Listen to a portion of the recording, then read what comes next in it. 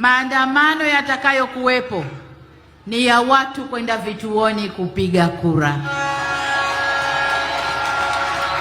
Hakuna maandamano mengine yatakuwepo hapa. Hakuna tishio la kiusalama litakalo kuwepo.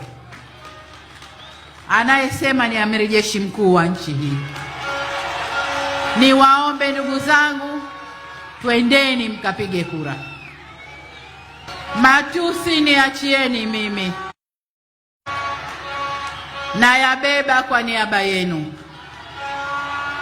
Manabii wetu, Bwana Yesu alisulubiwa kwa kukomboa watu kwa amri ya Mungu, lakini alikuwa anafanya kazi ya watu.